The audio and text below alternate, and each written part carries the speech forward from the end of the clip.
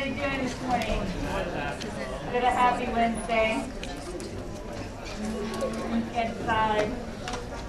You have homework due today. Please don't forget to get that in the folder before I pick it up at the end of class. Somebody remind me to pick it up at the end of class since I forgot last week. So I don't forget them. Today we're going to finish off respiration. In my opinion, this is the best part of respiration. I like the electron transport chain. This is where we get all our energy. This is where it's at for the cell. So we're gonna finish up and talk about what we do with all those electron carriers have been picking up. The same few announcements before we get started.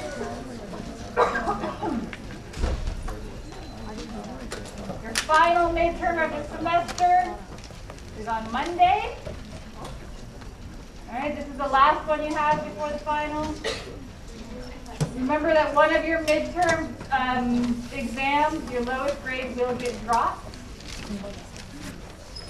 So you've done really well on all the other ones, and you did some bad this one, go out surfing or something, you can do that. That's your option. But this is your last chance to get, you want to drop one of your other ones. This is your last chance to get that better grade. Okay? It's going to be all about pathways, glycolysis, fermentation, citric acid cycle, electron transport chain we're going to do today. Photosynthesis, we'll probably get about halfway through photosynthesis on Friday. So whatever part we get through. Also, don't forget, we did cover genetics and membrane transport proteins. So there are a few other things you need to be familiar with. Your recitation sections this week are your review sections. So go to those ready to ask questions about anything that you don't understand or aren't clear on. Yeah. There's no quiz and recitation this week. It is just review. All right, I want to give everyone an equal chance to spend time with their TIs reviewing any material they are still struggling with.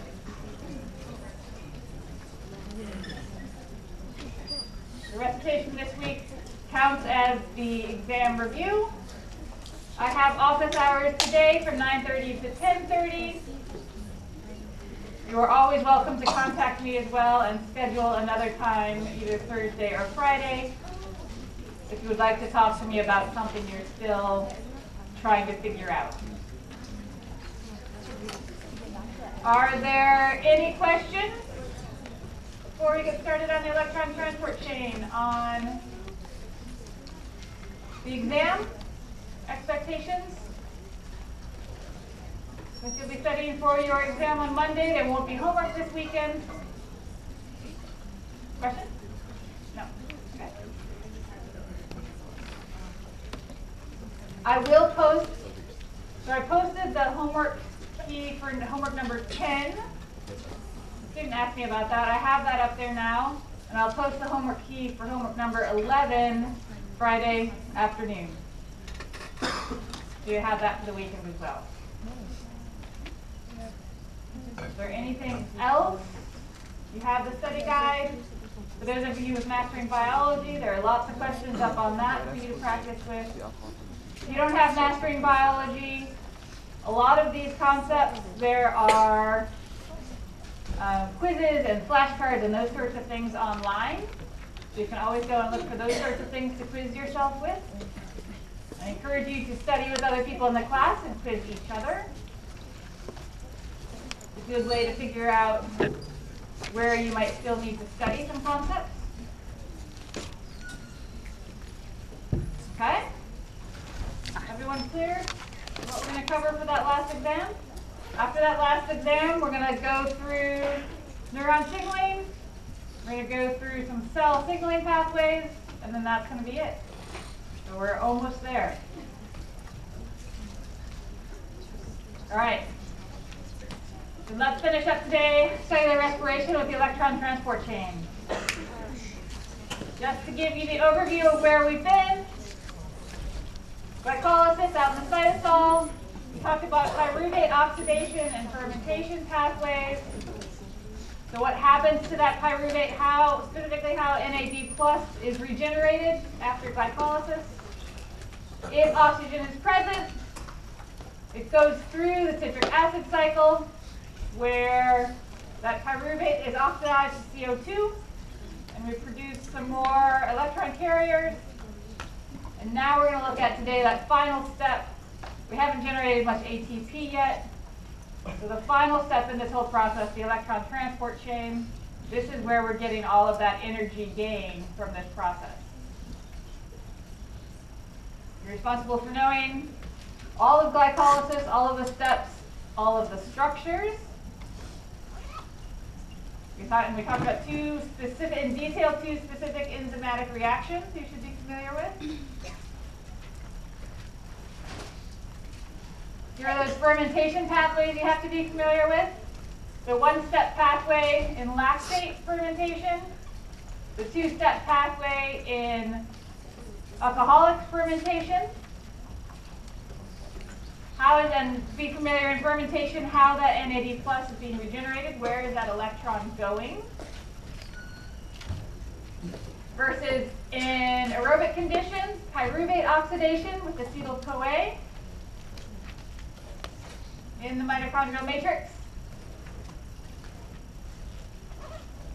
That acetyl-CoA goes into the TCA cycle, so the citric acid cycle, the tricarboxylic acid cycle, the Krebs cycle, all the same thing. The cycle, because it starts and ends in the same place, going from a 6-carbon to a 4-carbon molecule, stripping off carbon dioxide and electrons along the way. You need to know where those occur.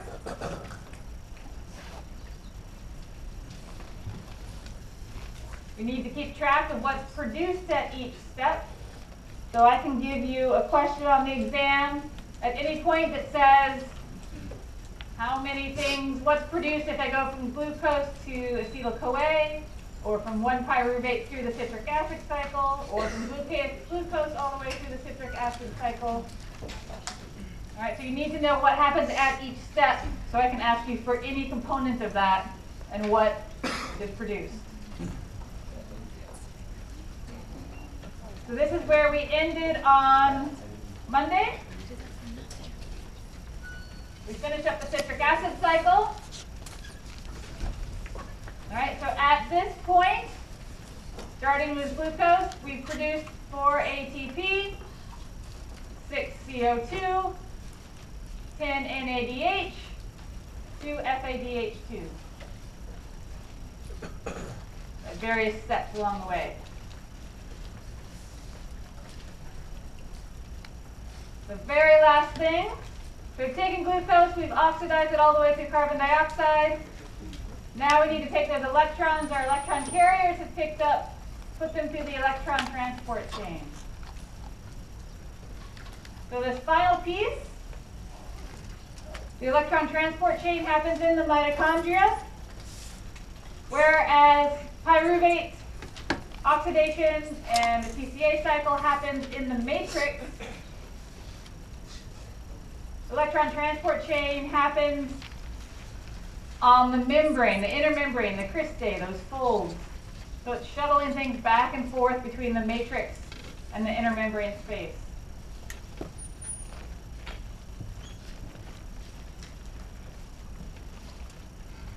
So this process, electron transport chain, this is where we're going to see, rather than substrate level phosphorylation, oxidative phosphorylation. So again, pay attention to where that oxygen finally comes into this whole pathway.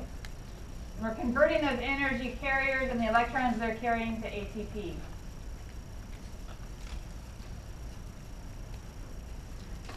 So the electron transport chain refers to a series of proteins that are embedded in the membrane, the inner membrane of the mitochondria, that are going to accept the high energy electrons from our electron carriers and pass them to each other. And every time a protein passes that electron to the next protein in the chain, it loses a little bit of energy.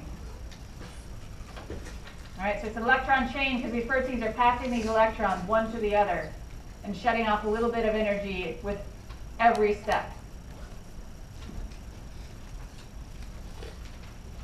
So if we look at the path the electrons are taking, so we have NADH entering the pathway up here, FADH2 entering the pathway here, giving their electrons to these proteins, which are then passing into the next one in the chain, and at each step you're losing a little bit of free energy.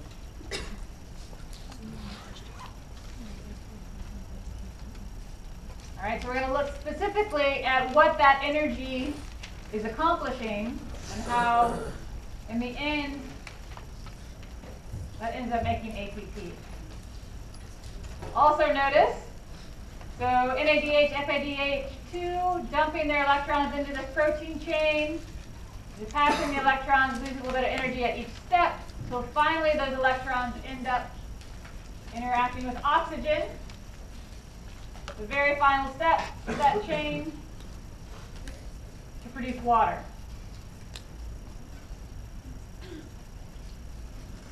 This energy that we're getting off from passing these electrons from protein to protein is used to generate a proton gradient across that membrane. And that proton gradient is what we're going to use to drive ATP synthesis. So first, let's look at the movement of electrons and protons through this chain, and then we'll look at that final step of making ATP.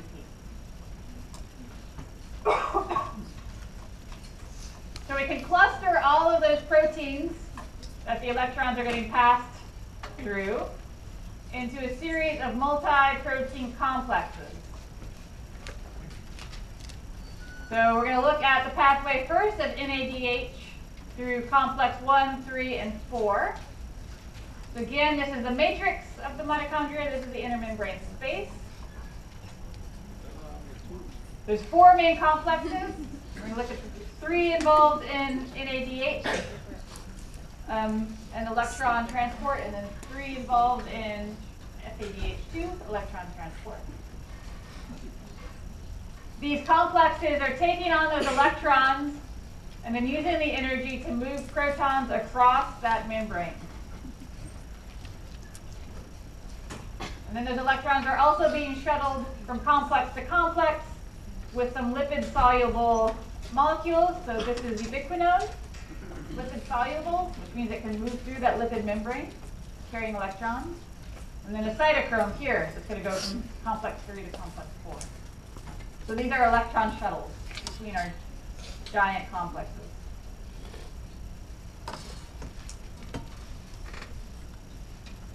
All right, so these complexes are made up of proteins that facilitate redox reactions.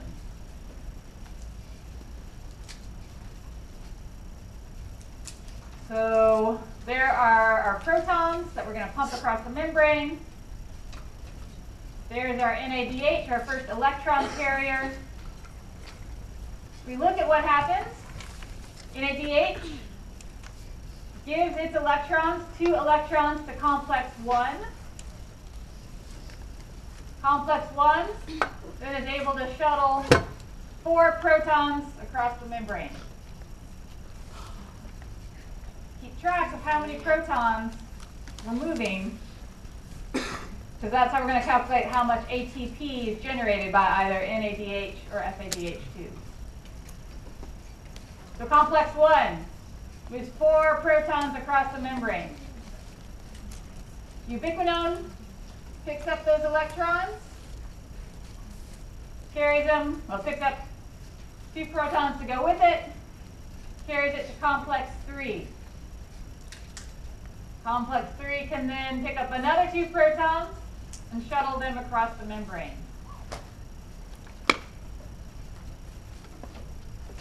The electrons then get passed to the cytochrome, which shuttle them to complex 4. Complex 4 can then move another 2 protons across the membrane. And then the final step, where the oxygen comes in, the electrons, once they've gone through the entire chain, have been stripped of a little bit of energy each time. So they end up finally going together with oxygen and 2 protons to make water.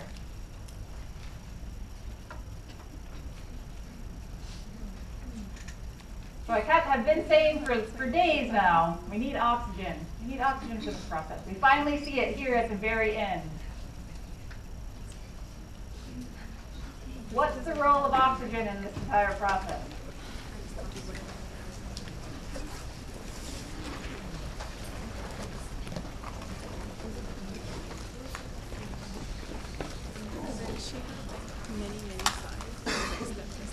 What did oxygen just do for us?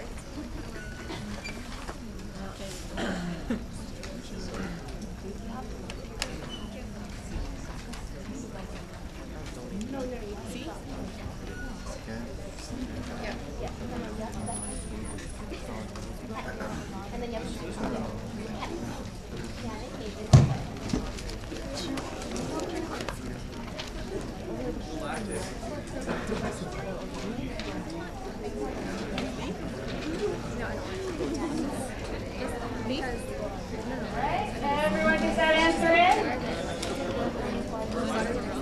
Looks like our clicker is actually working today.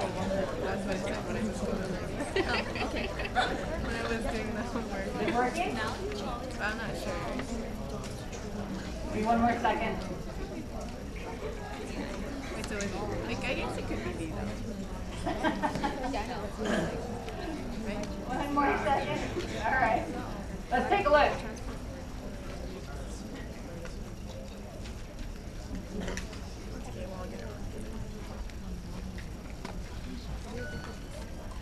Alright, so the class thinks it's C.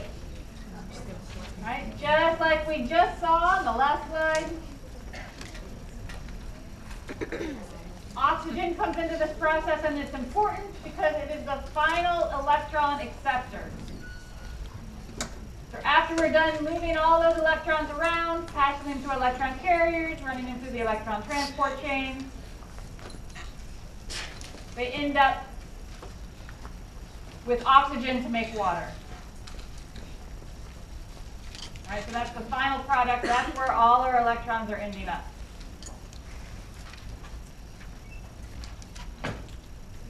What about FADH2?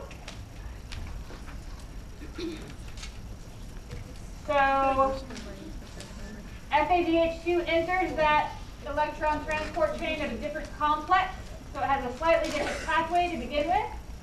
So NADH dumps its electrons into complex 1. FADH2 dumps its electrons into complex 2. So they enter the chain at different places. And then through ubiquinone, they both end up dumping their electrons into complex 3 and complex 4. So let's look at that pathway then for FADH2.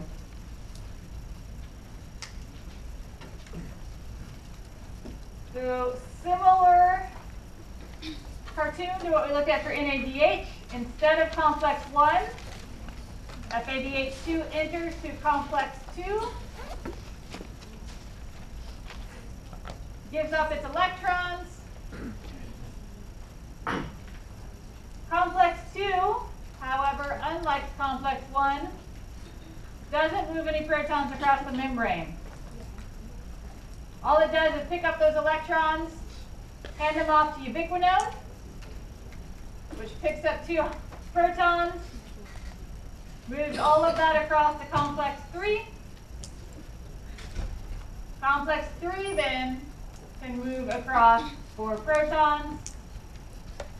And then just like when the rest of the pathway that we looked at for NADH, cytochrome moves those electrons to complex 4. Complex 4 moves 2 more protons across. And then the final electron acceptor is oxygen plus 2 protons to make water. All right, so let's make sure that everyone's counting counting all the relevant bits of this process. Let's do a series of clicker questions. I was not counting. How closely were you keeping track of your electrons and protons? So how many protons are moved in the matrix to the inner membrane space when a pair of electrons enters complex 1?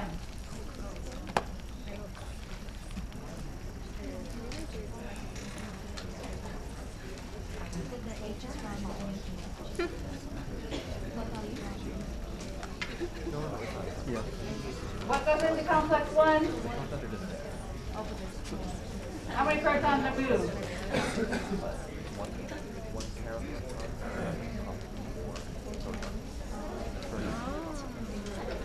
No idea. Yeah. I couldn't figure out how to put my. All right, everyone get their answers in. Well, like I was like, how do I? Let's take a look.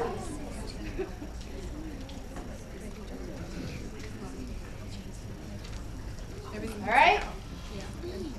Complex 1. 4 protons across that membrane. What about complex 2? I didn't put what each is.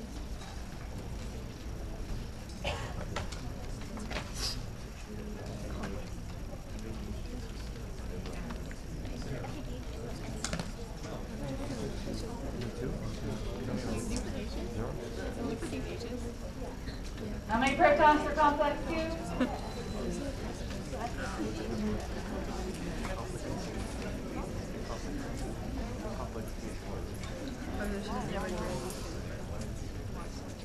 All right, everyone get their answers in. Let's take a look. Of course you would. Oh, a little more confusion for complex 2. Complex 2. Better be. What is complex 2? Where FADH2 enters that protein chain, that transport chain. How many protons did it move? 0.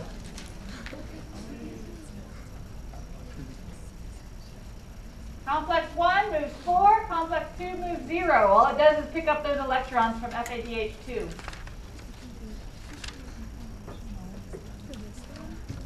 Complex 3.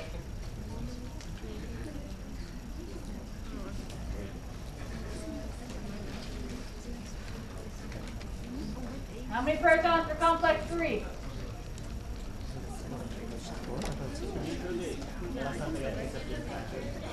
Sorry?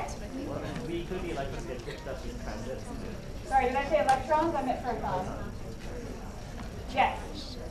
Right? Because what's actually moving them across the membrane to the other side? Where do they get dumped onto the other side? The question was about whether you count those protons that are being picked up by ubiquinone and transported. So we're just counting what complex puts them into the inner membrane space, not what's carrying them around. So complex 3, let's take a look at. Everyone get your answers in.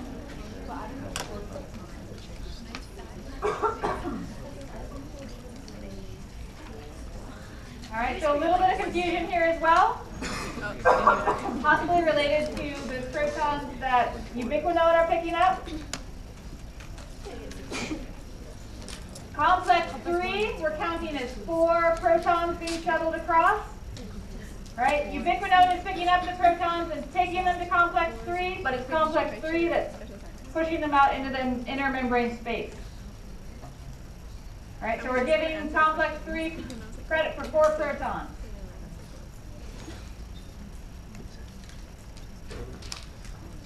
All right, and you know what the final one is, right? How many protons for complex 4?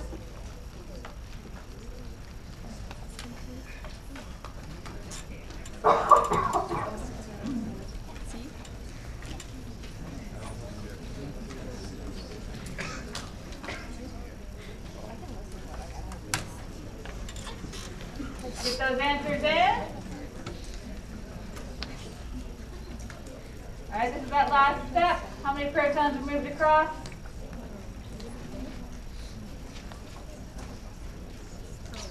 No, it's complex math for this early in the morning. Let's take a look.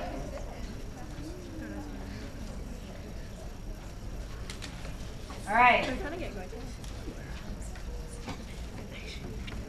Complex 4 moves 2 protons across that membrane. All right. Now the really complex math part. How many protons get moved across the membrane with a pair of electrons that NADH gives to start the electron transport chain? All right, how many protons from donations for putting those electrons into the chain all the way through to those electrons ending up with oxygen to make water? Count them up.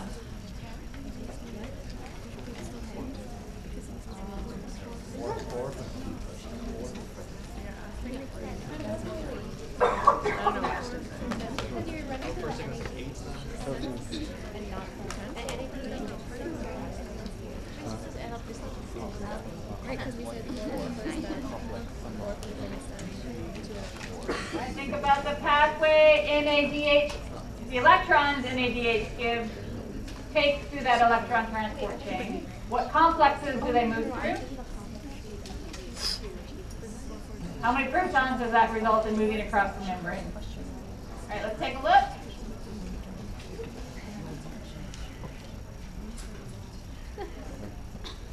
Okay.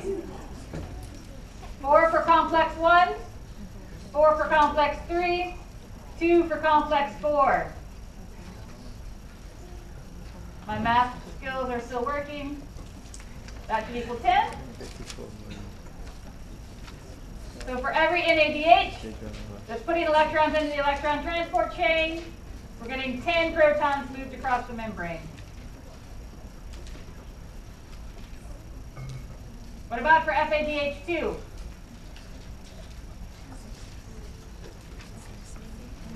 I promise this is all relevant to making ATPs. Oh, sorry.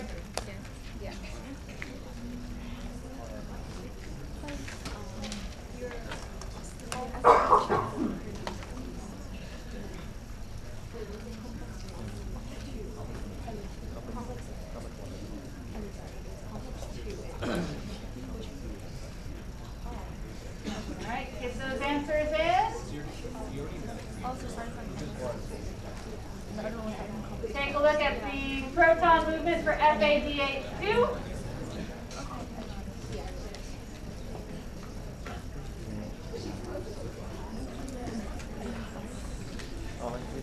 Alright. How many for complex 2? 0.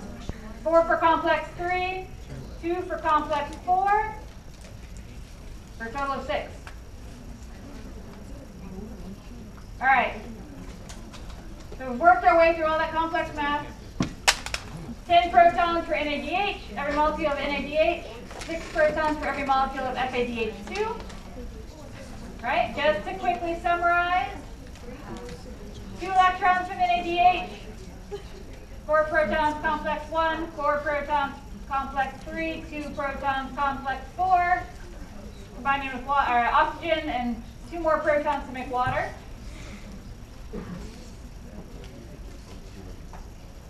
All right, so these electron carriers are losing their electrons, so they're being oxidized.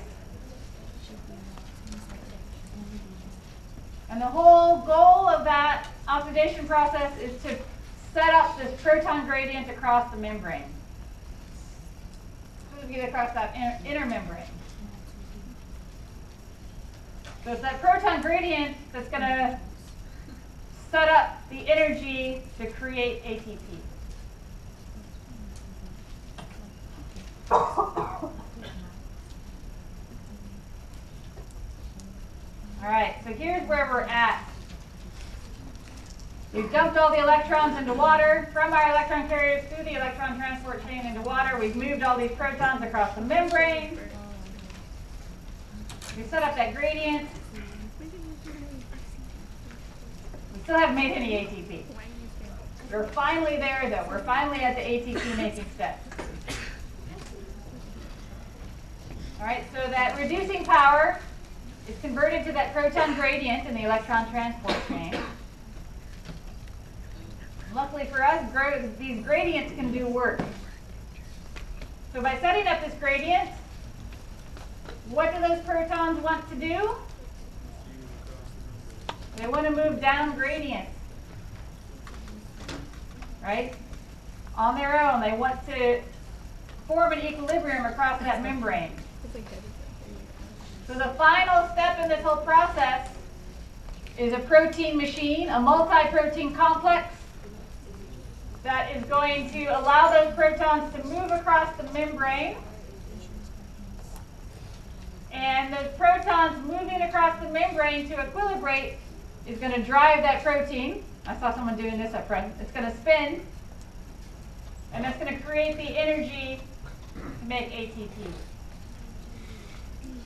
So here's where we can count up finally how much ATP we're going to make. So as protons move through that ATP synthase and cause it to spin, it's going to pick up ADP in inorganic phosphate. And for every 3 protons that move through that complex, it's going to make an ATP.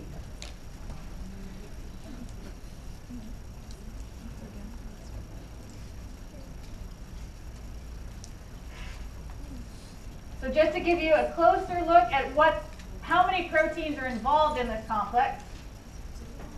So each one of these is a protein subunit.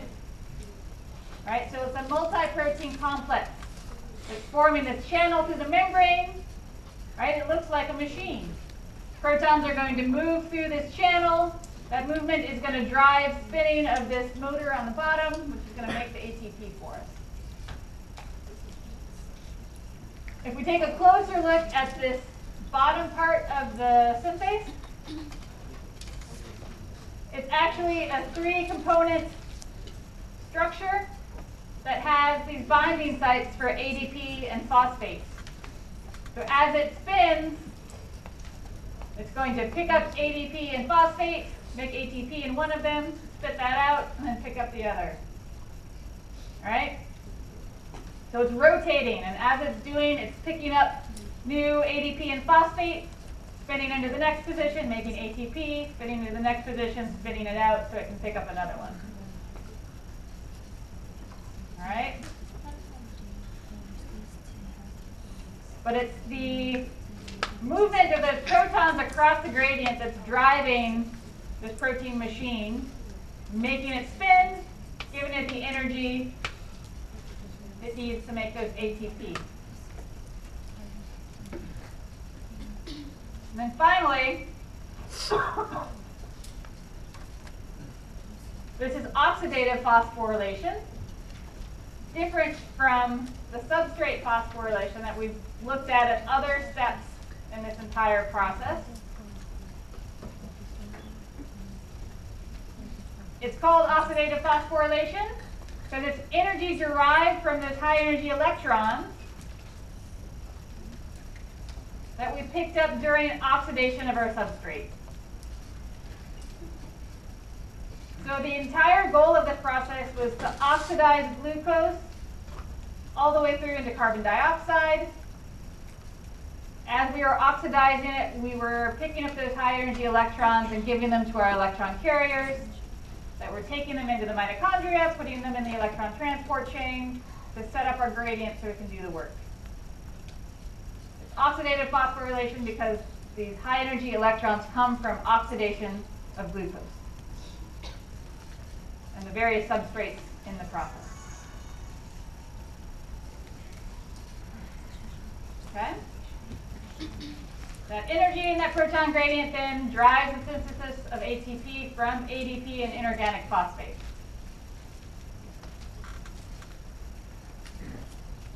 So there are lots of videos that show this process. I'll post, these will be in the lecture, and I'll post them on Facebook as well, that look specifically at the electron transport chain and electron movement glycolysis, or the way that ATP synthase is working. So I encourage you to take a look at those as review for the exam on Monday. The final thing we have to do for this whole process, all right, so we've looked at how ATP is generated. We have to count up how many ATP we're making. How much do we end up from this process?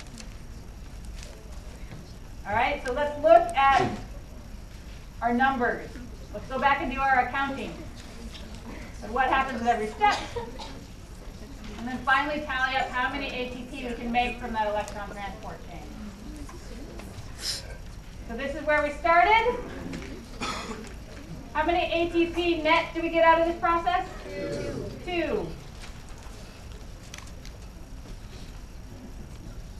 If I ask you this question on the exam, 1 molecule of pyruvate through the TCA cycle, how many CO2? 2. From pyruvate all the way through the TCA cycle? 3. You get a CO2 from pyruvate oxidation. Don't forget about that step where you go from pyruvate to acetyl-CoA. So there's 3 CO2. How many NADH? 4 NADH. How many FADH2? 1 FADH2. How many GTP? 1. Remember, you have to think about where you're starting and how many molecules you're starting with. 1 molecule of pyruvate through the end of TCA. You're going through pyruvate oxidation and the TCA cycle. Okay? Can it also produce ATP? I know we said that it does have to be GTP sometimes. Yes, it can be GTP or ATP. So do we count that as a energy molecule at our final count? Yes, GTP is an ATP equivalent. That's how you can think about it. It is a molecule that the cell uses for work in a similar fashion as ATP. All right. Let's actually look at from the beginning. So glucose through glycolysis produces how many molecules of pyruvate? 2 molecules of pyruvate. Through TCA produces how many CO2? 2 molecules of pyruvate? 6. 6 molecules of CO2 for pyruvate oxidation plus TCA.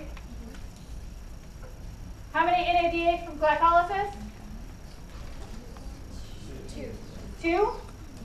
1 for each molecule of G3P. How many ATP? 2. How many NADH from pyruvate through TCA? 6.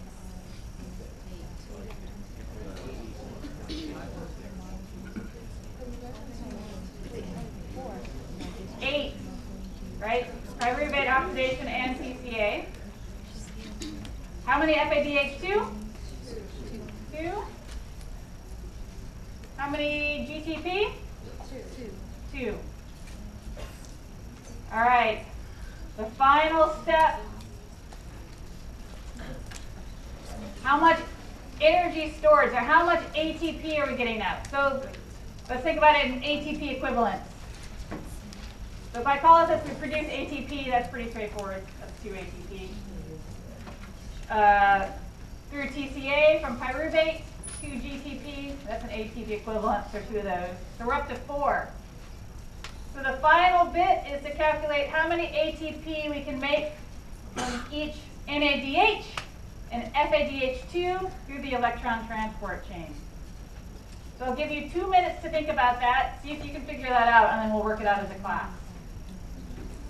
Think about the electrons. So here, I'll give you the hint. Think about how many protons are moved across the membrane for each electron carrier, and how many protons it takes moving back across that membrane to make an ATP. Those are the 2 pieces of information you need.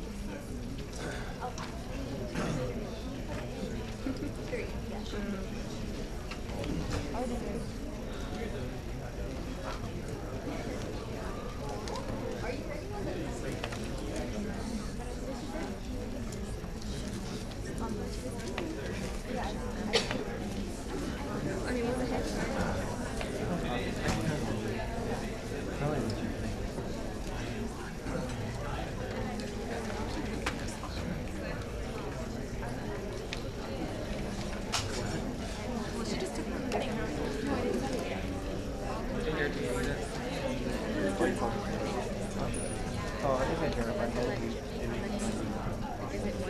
Yeah. Thanks, Benedict. Oh, thanks, Benedict. You know what they're saying? Is anyone else looking? It's supposed to be a totally joke, but I guess not. I guess not.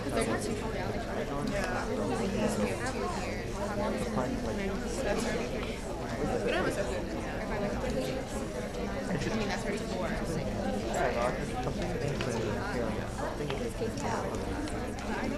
I ate breakfast, but it's more.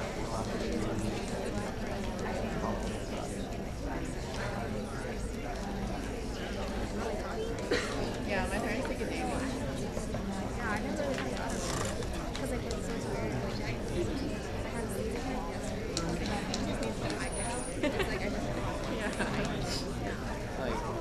Just keep sneezing. Sneezing attack. No, she sneezed like 10 times. Yeah, at least 8. So what happened? Like, I know it's the first time. All right, let's take a look at it together. So we're talking about for every NADH and FADH2, how many ATP can we make? So the first thing we have to think about is how many protons for each one of those molecules are moved across the membrane. So for NADH, how many? And for FADH2? Protons. Oh, you're right. Sorry. Okay. How many protons moving back through ATP synthase does it take to make an ATP?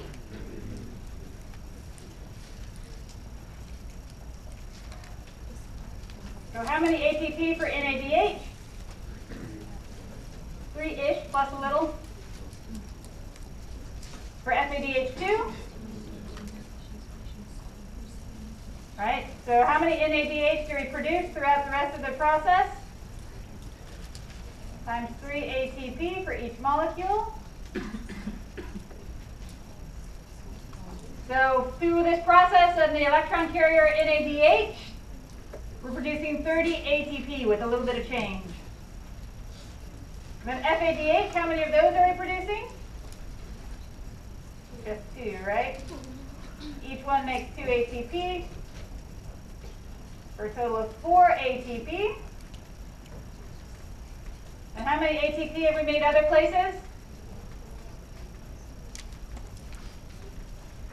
So our tally, once we get through the electron transport chain, is 38 ATP.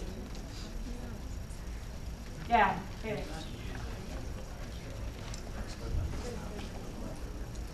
So the question is, right, so the question is what happens to those extra protons that NADH, since it's really only using 3. So you have to think about it, it's not on a per molecule basis. This is how we're counting it up to get an idea of ATP, but really, the cell doesn't care, just every 3 that rushes across. So it's about 38 ATP for the whole process. But there are some extra protons from that NADH that are eventually going to accumulate and make more ATP as well.